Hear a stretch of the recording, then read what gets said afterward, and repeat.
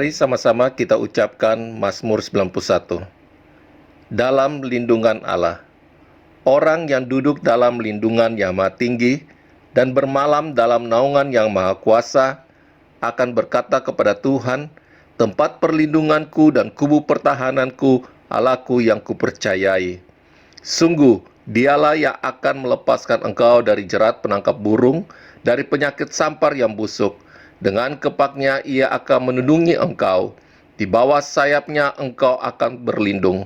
Kesetiaannya ialah perisai dan pagar tembok. Engkau tak usah takut terhadap kedahsyatan malam, terhadap panah yang terbang di waktu siang, terhadap penyakit sampar yang berjalan di dalam gelap, terhadap penyakit menular yang mengamuk di waktu petang.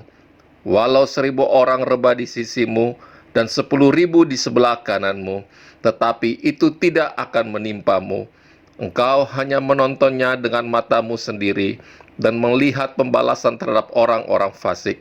Sebab Tuhan ialah tempat perlindunganmu, yang maha tinggi telah kau buat tempat perteduhanmu. Malapetaka tidak akan menimpa kamu, dan tulah tidak akan mendekat kepada kemahmu. Sebab malaikat-malaikatnya akan diperintahkannya kepadamu untuk menjaga engkau di segala jalanmu. Mereka akan menata engkau di atas tangannya, supaya kakimu jangan terantuk kepada batu. Singa dan ular tedung akan kau langkahi. Engkau akan menginjak anak singa dan ular naga. Sungguh, hatinya melekat kepadaku, maka aku akan meluputkannya. Aku akan membentenginya, sebab ia mengenal namaku.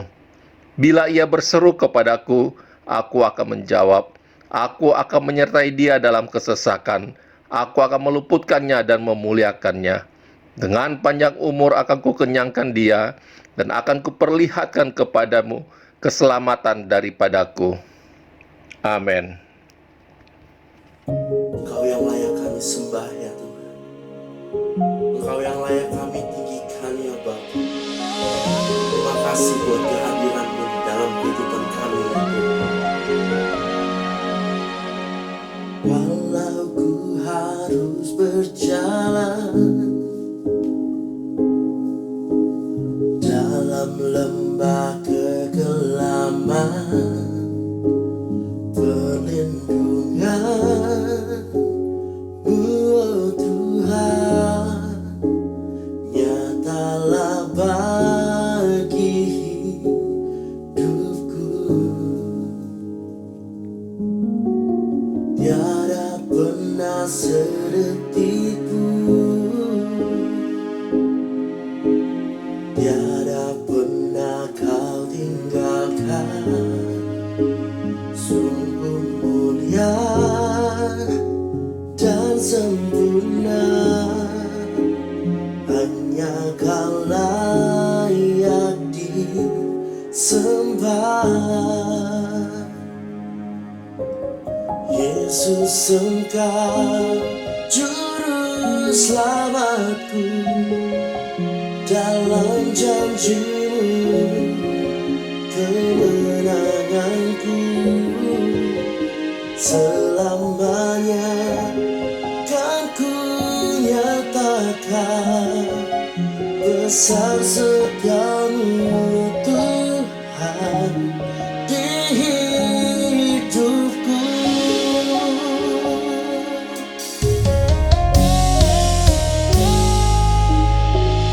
Tiada pernah sedetik pun, tiada pernah Kau tinggalkan. Sungguh mulia dan sempurna, hanya Kau layak disembah. Yesus, Engkau juru selamatku, dalam janji-Mu kemenanganku.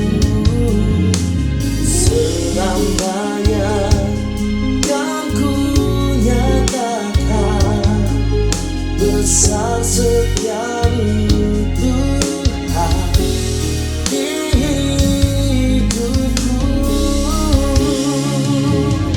Mari lebih lagi angkat suara bersama-sama kita mau katakan, Yesus Engkau juru selamatku, dalam janji-Mu kemenanganku.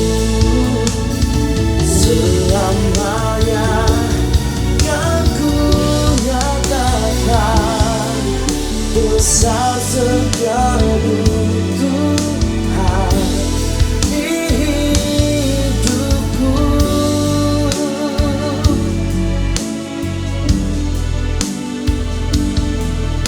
We worship you, Jesus. We worship you, Jesus. Angkat suaramu sembah Dia. Terima kasih ya Bapa, terima kasih Yesusku, buat kasih setiamu Tuhan, buat kebaikanmu, buat cintamu, buat hadiratmu Tuhan. Kami boleh rasakan saat ini. Terima kasih ya Tuhan.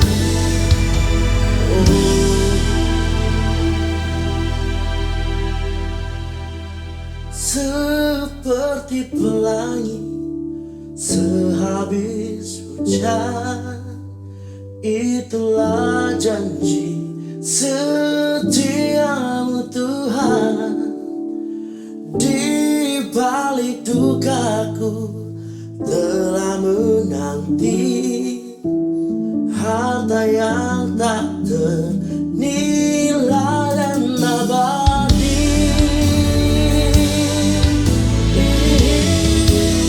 Seperti pelangi sehabis hujan, itulah janji setiamu Tuhan.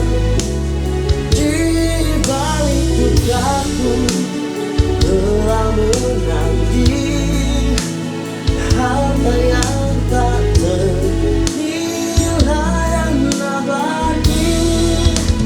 Seperti pelangi sehabis hujan, itulah janji setiamu Tuhan. Di balik dukaku telah menanti harta yang tak ternilai dan abadi.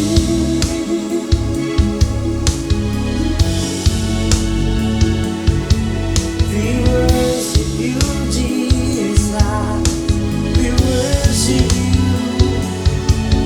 Hallelujah. Hallelujah. Hallelujah. Oh, bless the Lord, oh my soul, oh my soul. Worship His holy name. Sing like never before. Oh my soul, I worship your holy name. Bless the Lord, oh my soul, oh my soul. Worship His holy name. Sing like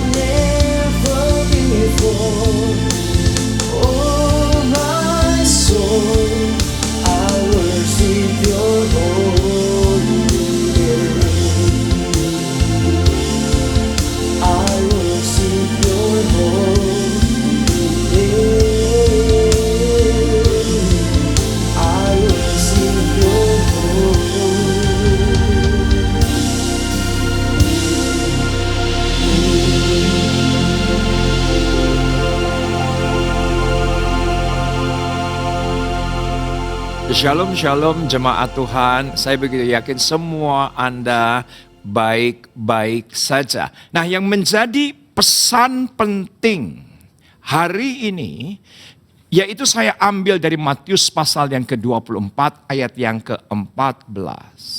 Mengenai kedatangan Tuhan kali kedua, saya berikan judul tema khotbah untuk hari ini, yaitu ada The Last Clue, yaitu adalah petunjuk terakhir. Nah, petunjuk terakhir akan kedatangan Tuhan kali kedua dari mulut Tuhan Yesus sendiri, yaitu adalah Matius 24 ayat yang ke-14, dan Injil kerajaan ini akan diberitakan di seluruh dunia menjadi kesaksian bagi semua bangsa. Dalam bahasa aslinya menggunakan kata etnis, dan sesudah itu barulah tiba kesudahannya. Jadi petunjuk terakhir kedatangan Tuhan kali kedua, yaitu adalah Injil kerajaan diberitakan di seluruh dunia. Ini penting. Kenapa? Karena banyak penafsir-penafsir dari segala keberadaan dunia hari ini. Keberadaan COVID kah, keberadaan keuangan kah, keberadaan kesehatan kah, ekonomi kah, sosial politik lah. Itu diarahkan bahwa ini adalah tanda, clue daripada kedatangan Tuhan kali kedua. Tapi menurut apa yang dikatakan Tuhan Yesus, dari semua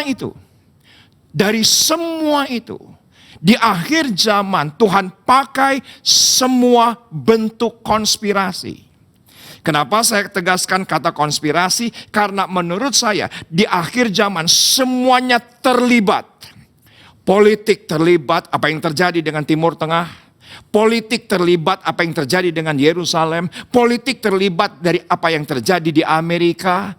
Semua di akhir zaman bentuk konspirasi politik. Yang namanya kesehatan tentu saja, kita sekarang sedang ada pada saat pandemi. Dan juga budaya sedemikian rupa yang berubah.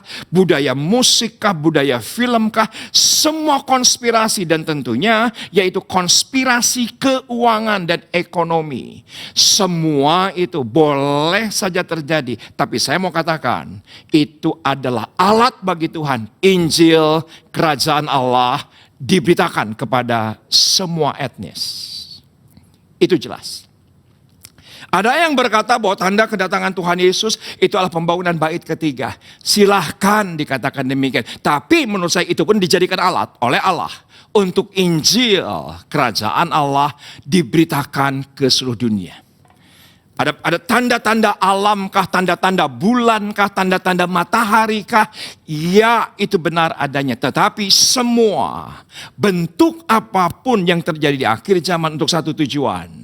The last clue, yaitu adalah petunjuk terakhir Tuhan genapi dalam kehidupan akhir zaman. Di mana kita sedang mempersiapkan kedatangan Tuhan. Itu poin yang penting. Dan poin yang kedua yang penting, tanda menurut Tuhan Yesus sendiri adalah dari semua tanda yang bisa diinformasikan. Tapi tanda menurut Alkitab, Injil kerajaan Allah diberitakan kepada seluruh etnis. Maka tibalah kesudahannya. Gembala pembina kita dengan jelas berkata bahwa pola pelayanan gereja berubah. Pola yang dulu yang namanya adalah kita berkumpul, kita bersatu memuji, menjadi berubah dengan adanya online. Dan menurut saya inilah sebuah percepatan sedemikian rupa yang Tuhan pakai. Pandemi COVID-19 yang Tuhan pakai. Kita harus di rumah saja, tidak bisa berkumpul di gereja. Kalaupun berkumpul di gereja harus dibatasi dengan jumlah tertentu agar terjadi social distancing. Maka apa yang terjadi justru di tengah-tengah pandemi, di tengah-tengah COVID, Injil kerajaan Allah diberitakan tanpa batas. Dan itu pun yang terjadi dan kami alami dan semua gereja alami. Karena bagaimanapun pelayanan gereja sekarang harus berubah dari yang semula terbatas menjadi tidak terbatas, yaitu menggunakan digitalisasi, menggunakan online. Begitupun juga dengan gereja di mana Tuhan percayakan kami melayani. Saudaraku, yang semula kita terakhir beribadah tanggal 15 Maret bersama-sama memuji, menyembah 7 kali kebaktian. Tiba-tiba tanggal 16 pagi, Presiden kita berkata bahwa kita berdoa di rumah saja, ibadah di rumah saja, bekerja di rumah saja, sekolah belajar di rumah saja. Tanggal 22 Maret kami tidak ada gereja online. Satu dan lain hal, sahabat-sahabat di Bandung meninggalkan kita terlebih dahulu. Mereka menyelesaikan pertandingan dengan baik. Sampai dengan tanggal 29 Maret kami juga tidak melakukan. Dan dengan segala keterbatasan kita ketika itu, kita dipaksa sedemikian rupa.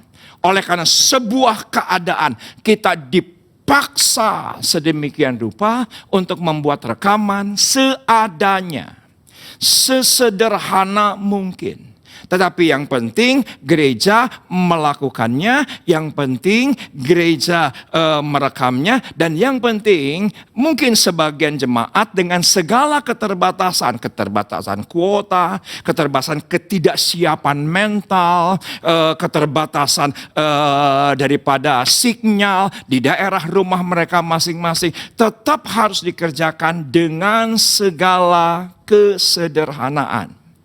Yang mana ketika itu April minggu pertama saya melihat di digital, di social media platform kami hanya 200 subscriber.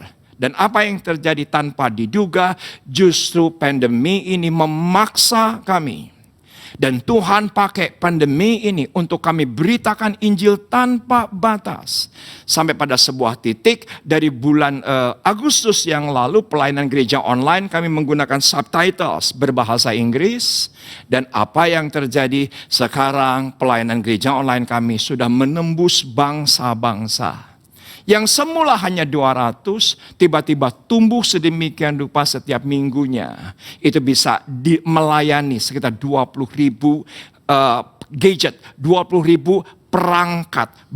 Nggak tahu orangnya berapa, karena satu perangkat ada kemungkinan ditonton oleh 2 orang. Satu perangkat ada kemungkinan ditonton oleh 5-6 orang. Satu keluarga berkumpul, dan bukankah ini satu bukti di akhir zaman, apapun bentuknya, untuk satu tujuan, dan Injil Kerajaan Allah diberitakan di seluruh dunia. Tiba-tiba saya teringat dengan Roma 10 ayat yang ke-14, ayatnya berkata demikian. Roma 10 ayat yang ke-14, tetapi bagaimana mereka dapat berseru kepadanya? Jika mereka tidak percaya kepada Dia, bagaimana mereka dapat percaya kepada Dia? Jika mereka tidak mendengar tentang Dia, bagaimana mereka mendengar tentang Dia? Jika tidak ada yang memberitakannya, dalam bahasa hari ini, jika tidak ada yang broadcast, jika tidak ada yang menyebarkan dari sisi online, di mana tanpa batas kita bekerja. Yang penting kita melakukan yang terbaik hari ini. Kita tidak perlu tunggu sempurna tahun depan. Apa saja yang kita bisa kerjakan hari ini, kita belajar dari kesalahan, kita belajar dari pendapat banyak orang, kita perbaiki dan broadcast. Dan akhirnya Injil Kerajaan diberitakan di mana-mana. Tetapi ada satu pewahyuan yang Tuhan tunjukkan dalam hati saya di hari terakhir. Yaitu ternyata yang memberitakan firman dari sejak zaman Yesus adalah orang-orang Galilea. Ini menarik perhatian saya. Kenapa? Nanti kita akan lihat ayat-ayatnya. Dan kalau kita melihat konteks daripada Kisah Rasul pasal yang pertama, di mana dia berkata bahwa dia akan datang dengan cara yang sama. Jadi nanti ketika saat Pondok Daun berbicara soal kedatangan Yesus kali kedua, dan ketika dia datang menjemput di awan-awan yang permai, dia akan datang dengan cara yang sama. Dan Kisah Rasul 1 ayat yang ke-10 menunjukkan ketika mereka sedang menatap ke langit, Waktu ia naik itu, ini sesuatu peristiwa extraordinary. Ini sesuatu peristiwa yang tidak biasa. Ini sesuatu keadaan yang sangat hebat. Kenapa? Karena hukum gravitasi. Saudaraku, apa saja yang berbobot itu pasti jatuh ke bawah. Siapapun dia, apapun dia bentuknya, pokoknya hukum gravitasi itu apapun yang namanya benda yang berbobot pasti jatuh ke bawah. Tapi Yesus yang punya bobot, dia naik ke sorga. Ini sesuatu yang tidak biasa. Dan saya begitu yakin semua Anda justru di pandemi ini mengalami hal-hal yang tidak biasa. Kenapa? Karena Yesus kita adalah Yesus yang tidak biasa. Dia melawan hukum kebendaan, dia melawan hukum waktu, dia melawan hukum gravitasi sekalipun. Dia melakukan sesuatu yang tidak biasa, naik, terangkat ke sorga. Dan saya begitu yakin semua Anda di hari terakhir justru banyak hal Anda alami. Hal-hal yang tidak biasa. Betapa luar biasanya Tuhan Yesus yang kita sembah, yang kita layani.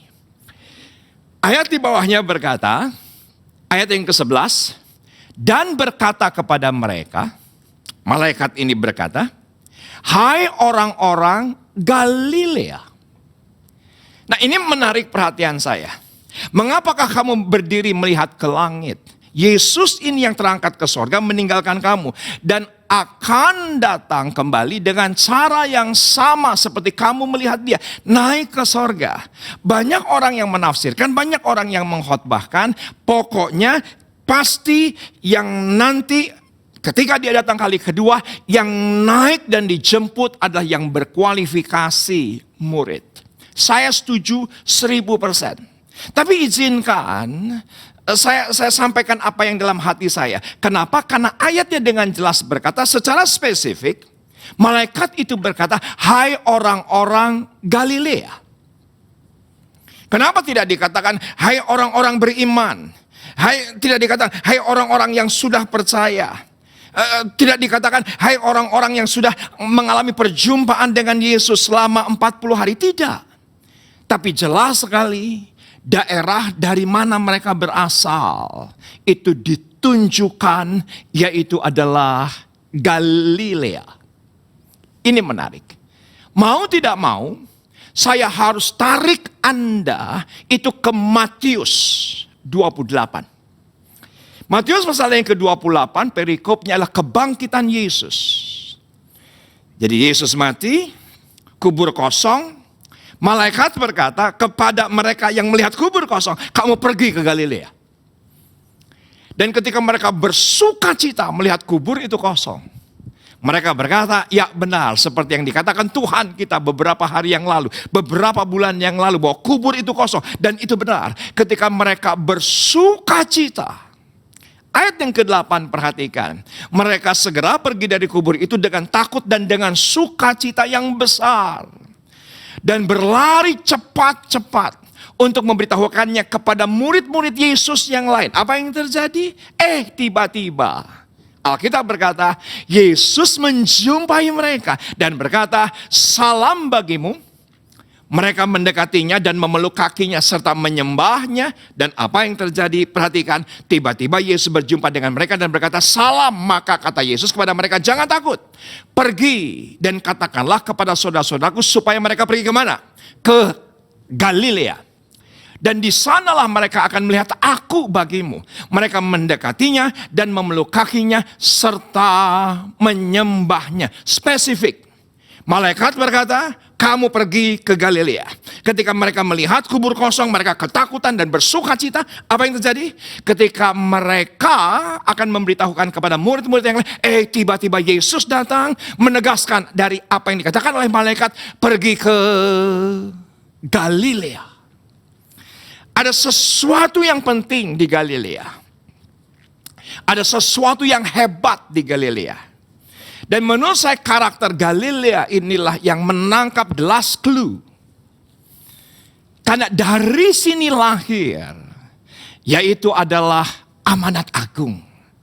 Kita lihat ayat yang di bawahnya, Ayat yang ke-16, dan ke-11 murid itu berangkat ke Galilea, ke bukit yang telah ditunjukkan Yesus kepada mereka. Kenapa 11? Karena Yudas sudah dieliminasi. Karena Yudas sudah memilih untuk tidak ikut, bahkan semua kita tahu mengenaskan akhir hidupnya, bunuh diri. 11 setia. Karena hanya Yudaslah yang bukan dari daerah Galilea. Karena semua yang 11 itu adalah para nelayan dan dari Galilea. Kenapa saya katakan Yudas bukan dari Galilea? Karena Yudas namanya Yudas Iskariot. Iskariot itu nama kampung. Kampungnya ada di mana? Dekat Bethlehem. Jadi dia bukan orang Galilea. Perhatikan kisah 1, hai orang-orang Galilea. Perhatikan Matius pasal yang ke-28. Malaikat berkata, pergilah ke Galilea. Ada sesuatu yang menarik lagi, bahwa ketika itu 11 murid sudah sampai di Galilea. Ayat yang ke-17, ketika melihat dia, mereka menyembahnya, tetapi beberapa orang ragu-ragu. Yesus mendekati mereka dan berkata kepadaku, telah diberikan segala kuasa di sorga dan di bumi. Karena itu pergilah dan jadikanlah semua bangsa murid-muridku. Dan baptislah mereka dalam nama Bapa dan Anak dan Roh Kudus. Dan ajarlah mereka melakukan segala sesuatu yang telah kuperintahkan kepadamu. Dan ketahuilah aku menyertai kamu senantiasa sampai kepada akhir zaman. Ini sangat penting, yaitu kata Galilea. Nah, Bapak Ibu, teman-teman muda, kebetulan saya memakai Alkitab dalam bentuk kertas. Salah satu yang saya suka, kenapa saya kembali lagi ke Alkitab kertas, baik di rumah maupun di gereja, di belakangnya ada kamus. Nah, kamus yang menarik, yaitu kata Galilea. Saya akan bacakan untuk Anda apa yang ditulis oleh kamus LAI di halaman belakang mengenai Galilea. Galilea adalah bagian utara dari Palestina. Jadi bentuknya provinsi. Seperti itulah kira-kira. Yaitu adalah sebuah daerah tempat tinggal dan kegiatan pertama dari Yesus. Maka kita kenal Danau Galilea. Kata Danau Galilea itu menunjukkan sebuah area besar. Atau supaya gampang kita melihatnya provinsi atau kabupaten lah begitu. Area besar. Maka di situ ada Danau Galilea. Tapi semua kita tahu Danau Galilea itu punya nama-nama lain. Sebentar, saya akan selesaikan pembacaan daripada kamus. Penduduk yang merupakan campuran Yahudi dan orang bukan Yahudi. Nah, ternyata Yesus jauh lebih diterima di Galilea. Kenapa? Kosmopolitan. Kenapa? Karena campuran Yahudi dan non-Yahudi. Jadi mereka tidak terlalu ortodoks, mereka tidak terlalu fanatik. Yesus diterima di utara, tapi ditolak di selatan. Apa itu selatan? Yerusalem. Maka Yesus tidak banyak kali datang ke Yerusalem. Tidak banyak kali. Kenapa? Karena orang-orang yang di Yerusalem menolak Yesus. Karena mereka ortodoks, mereka para filsuf, mereka Saduki, mereka Farisi, mereka ahli Taurat itu tinggal di selatan Yerusalem. Tetapi Yesus diterima di mana? Di Galilea. Karena campuran antara Yahudi dan non-Yahudi. Danau Galilea sama dengan Danau Genesaret. Lukas 5 ayat yang ke-1. Nah, Genesaret sendiri itu ada satu bagian, kalau tidak salah di selatan atau di barat, ada satu kota kecil namanya Genesaret. Maka dikenal sebagai Danau Genesaret selain Danau Galilea. Tapi juga dikenal dengan Danau Tiberias. Kenapa? Karena pada zaman Yesus ternyata di Galilea itu ada 4 kota besar ketika itu. Yang pertama Betsaida, yang kedua Korazim, yang ketiga adalah Kapernaum, yang keempat adalah Tiberias. Tapi Yesus tidak pernah ke Tiberias. Kenapa? Karena kota itu didirikan oleh Kaisar Tiberius, itu diproteksi atau dikelilingi oleh kuburan, orang Yahudi itu tidak pernah memasuki kota yang ada kuburan karena itu haram. Jadi Yesus pernah ke Betsaida, saya pastikan.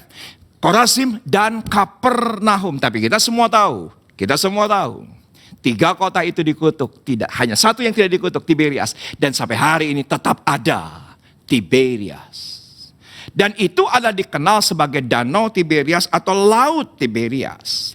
Dan dalam perjanjian lama terdapat nama kuno yaitu Danau Kineret. Kenapa Kineret? Karena Kineret dalam bahasa asli itu bentuknya harpa. Jadi konon kalau dilihat dari atas bentuk Danau Tiberias berbentuk harpa.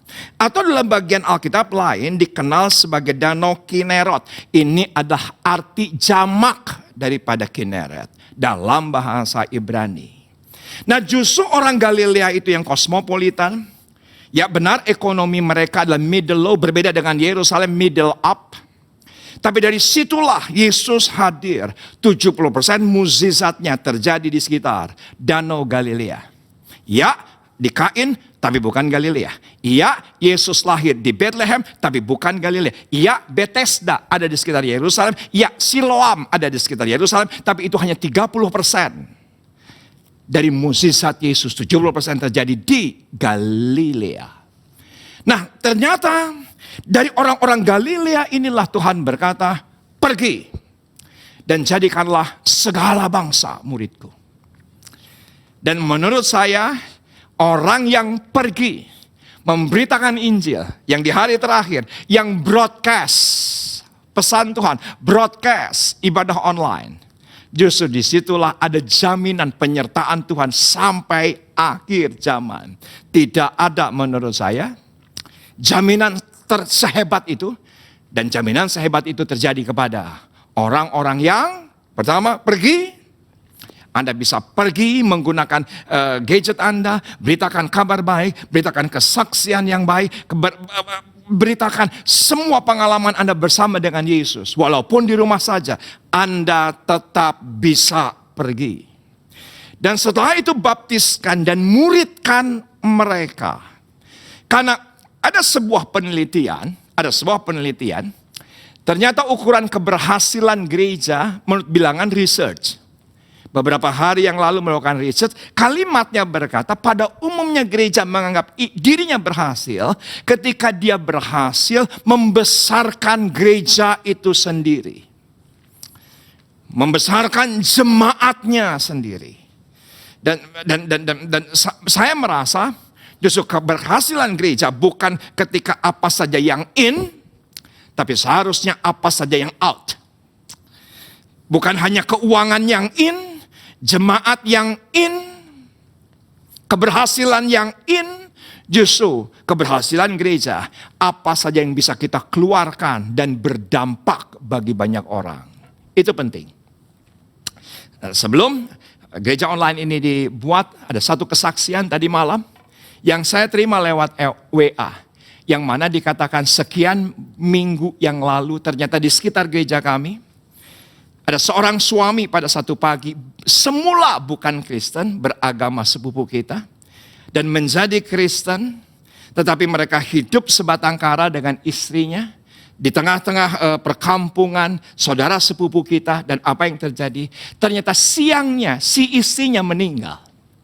Jadi pada saat itu, 2 orang tua batang kara ini meninggal dunia. Dan akhirnya orang-orang yang di pemukiman itu berkata bahwa kita akan kuburkan dengan cara, yaitu agama sepupu. Apa yang terjadi? Terdengar salah satu di antara tetangga ternyata ada jemaat gereja kami. Dan dia berkata, saya coba dulu hubungi gembala saya. Boleh enggak gereja kita yang melayani? Saudaraku, saya tidak tanya pernah ke gereja kita atau belum. Saya tidak pernah tanya. Saya tidak tanya apakah sudah ikut komsel kita belum. Saya tidak tanya. Apakah pernah perpuluhan di gereja kita apa enggak. Saya tidak tanya. Saya tidak tanya ada kartu jemaat untuk dia, ada mana buktinya. Baru kita akan layani, baru kita akan sediakan yang dibutuhkan. Kuburannya, ambulansnya, petinya. Saya tidak menanyakan. Yang saya katakan justru layani. Karena gereja menurut saya jangan hari terakhir itu terbatasi oleh perkara-perkara administratif. Justru kita harus hadir menjadi jawaban bagi banyak orang. Bahkan beberapa hari yang lalu, ada satu pria Kristen, oleh karena keberadaan tubuhnya yang sudah sedemikian sakit, apa yang terjadi? Dari satu daerah dikirimkan ke tantenya yang bukan Kristen dari agama sepupu. Apa yang terjadi? Ternyata meninggal ketika sampai di rumah daripada si tante bukan beragama Kristen. Dihubungi gereja di mana dia beribadah, tidak mau dilayani. Karena mungkin ada kekhawatiran COVID-19 dan akhirnya datang kepada kami. Dikatakan bahwa ini ada jemaat meninggal, bolehkah dilayani? Saya tidak tanya gereja mana. Saya tidak berkata kembalikan, nanti kita ada pengeluaran. Pernah perpuluhan di kita? Saya tidak tanya. Pernah punya kartu jemaat? Tidak pernah tanya. Pernah komsel di gereja kita? Tidak pernah tanya. Dan kami layani. Dan setiap firman diberitakan di tengah-tengah keluarga, bukan orang percaya, justru menjadi berkat. Gereja, apapun yang terjadi, harus hadir untuk menjawab setiap kebutuhan. Jangan dibatasi oleh perkara-perkara pastoral, peraturan gereja, karena justru itu yang menghalangi Injil Kerajaan Sorga diberitakan kepada seluruh etnis. Kita lihat satu bagian Alkitab lagi, yaitu adalah satu ayat yang sangat terkenal, Yohanes pasal yang ketiga, ayat yang ke-34, demikian firman Tuhan. Ini ayat begitu hidup, inilah ayat yang mana menghidupi saya dan itu menjadi landasan daripada pelayanan kami, juga gereja ini. Kenapa kami lakukan pemberitaan firman Tuhan, apapun keadaannya, apapun kesempatannya, karena saya tidak pernah bisa lupa. Sekitar 20 tahun secara pribadi ayat ini hadir dalam hidup saya. Belum seperti hari ini. Ayatnya berkata, sebab siapa yang diutus Allah, dialah yang menyampaikan firman Allah. Karena Allah mengaruniakan rohnya yang tidak terbatas. Tidak terbatas. Kepada siapa? Kepada yang memberitakan firman. Kepada siapa? Kepada orang-orang yang menggenapi kedatangan Tuhan kali kedua. Kepada siapa?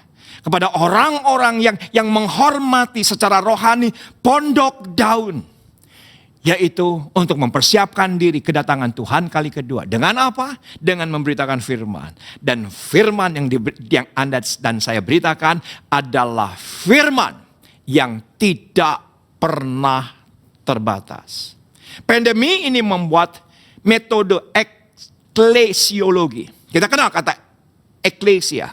Eklesia adalah gambaran gereja, di mana kumpulan orang-orang yang dari kegelapan dikumpulkan kepada tempat yang terang. Itu adalah eklesia. Tapi eklesia oleh karena pandemi, oleh karena situasi berbeda.